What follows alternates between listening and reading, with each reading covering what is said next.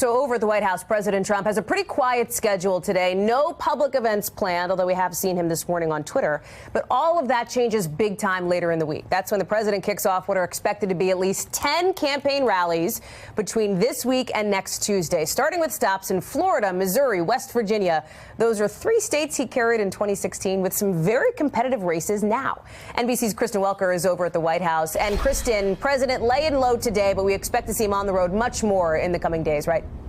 We do, Hallie, and his tone is undoubtedly going to be a key focus once he hits the trail again. What we've seen in recent weeks, as you were just talking about with John Kasich, is really the case of mixed messaging from this president. In one instance, strongly and firmly denouncing anti-Semitism, calling for unity for the country, and then very quickly shifting into campaign mode, taking aim at some of his political rivals, and just this morning taking fresh aim at the media. Hallie, let me read you his latest tweet. There is great anger in our country, caused in part by inaccurate and even fraudulent reporting of the news media.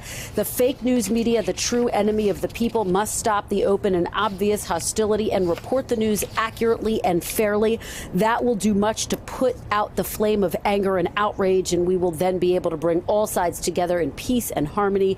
Fake news must end. So using that controversial term, enemy of the people, Hallie, despite the fact that he has been getting some criticism, as you pointed out, for not moderating his tone more. White House officials telling me over the weekend that, look, the president is going to continue to call for unity. At the same time, we are still just a few days out now from the midterms, and so you can expect him to be in full campaign mode when he hits the trail, Hallie.